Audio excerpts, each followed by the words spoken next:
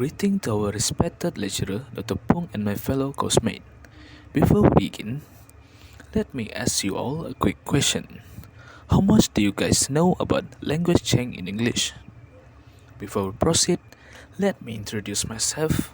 I am Adli Julai Anakari, and my team in this particular course consists with four other students, which is Sharil Fakan bin Rabai, Muhammad Nias Alabrar bin Muhammad Nordin, Zuhair Ashraf bin Abdullah, and Shansli Anna Stanley. So today we're going to explain more about language change in English.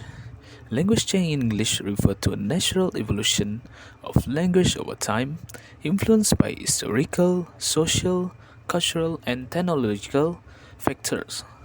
This process impacts phonetic, vocabulary, grammar, and meaning.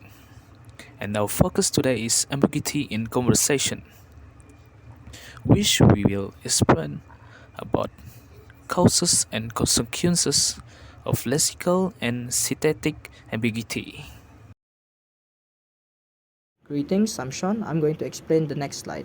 So the next slide is lexical ambiguity. The rough definition of lexical ambiguity is when words have multiple meanings. I'm going to give out the examples. Being first, bat. Bat can have two meanings. A flying mammal that lives in caves, you guys know, the bats, and also a piece of sporting equipment, which is the baseball bat. So it has two meanings. The next example being bank. Bank could be two, which is a financial institution where we store and withdraw our money, or the edge of a river, basically a river bank. And the final example being fine. A fine could be two, one being a compliment, which is the synonym excellent, or a monetary penalty. Basically, you penalize someone with money. So those are the examples for the ambiguities. So, Zuhai. Zuhai! Zuhai! What? Adeli said he wants to box you. Really? Yeah. Wait, let me get ready first. Okay.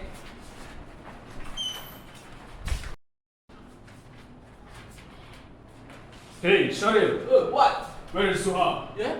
Is he ready to box me? He's getting ready now. Okay.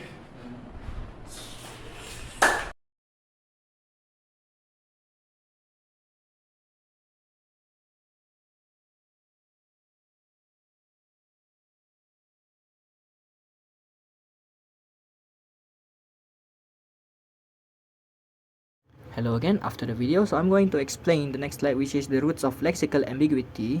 There are three roots of lexical ambiguity, which is polysemy, homonymy, and also homophones. So for the first one, polysemy, which means a single word with multiple related meanings. For example, the word fan. It means a device to cool off, or also the fanatics of celebrities, example. And then the next one is homonymy. Two or more words with identical spellings but unrelated meanings. For illustration, the word bear. The bear could be the animal or to carry a burden. That is the homonymy, which is the bear. And the next one is homophones. Homophone means words with different spellings but identical pronunciations. For example, the words flower and flour. Both sound the same, but I can assure you both are different between each other. So that is the roots of lexical ambiguity. Now we're gonna look at the unveiling meaning of resolving lexical ambiguity. There are three unveiling meanings, that is, context, that the surrounding word and phrases can provide clues. The next one is tone of voice. The speaker's intonation can indicate the intended meaning. And the third one is pure knowledge. Shared understanding and background information help interpret words.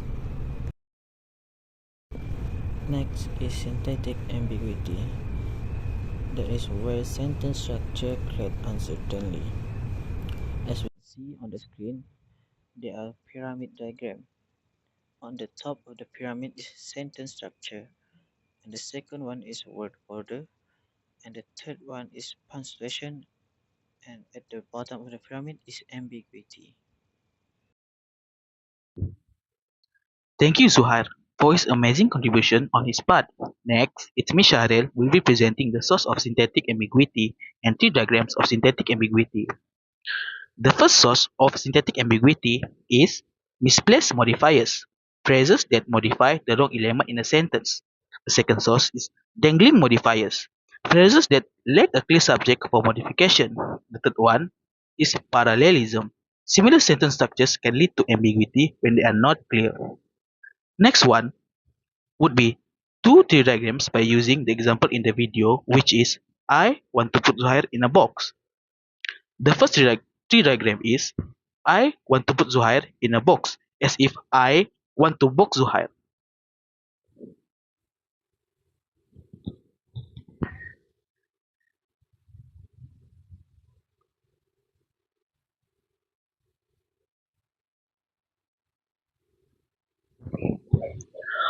The second one is I want to put Zuhair in a box, as if I want to put Zuhair in a literal box. Thank you, Shahril, for the contribution. Now I'm going to continue with clearing the confusion, resolving syntactic ambiguity. First, rewarding. This involves rearranging the sentence to clarify the intended meaning. For example, instead of saying, I saw the man with telescope, you could say, I used the telescope to see the man. Second, adding punctuation. Commas, semicolons, or parentheses can make a big difference. For instance, compare let's eat grandma with let's eat grandma. Lastly, contextual clues. The surrounding text or situation helps clarify meaning, like the sign here. Keep going, almost there. This context makes it clear that this is encouragement, not a criticism. Lastly, the impact of ambiguity in conversations. Why does this matter?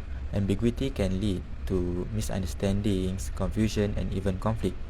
Think about how miscommunication might affect global teams, where cultural or language differences can amplify ambiguity. To avoid this, clear and precise communication is key. Learning to identify and address ambiguity helps ensure that everyone is on the same page, whether in personal or professional contexts. And as this image humorously suggests, nobody avoids ambiguity better than us. Trust me. So just that from us. Thank you.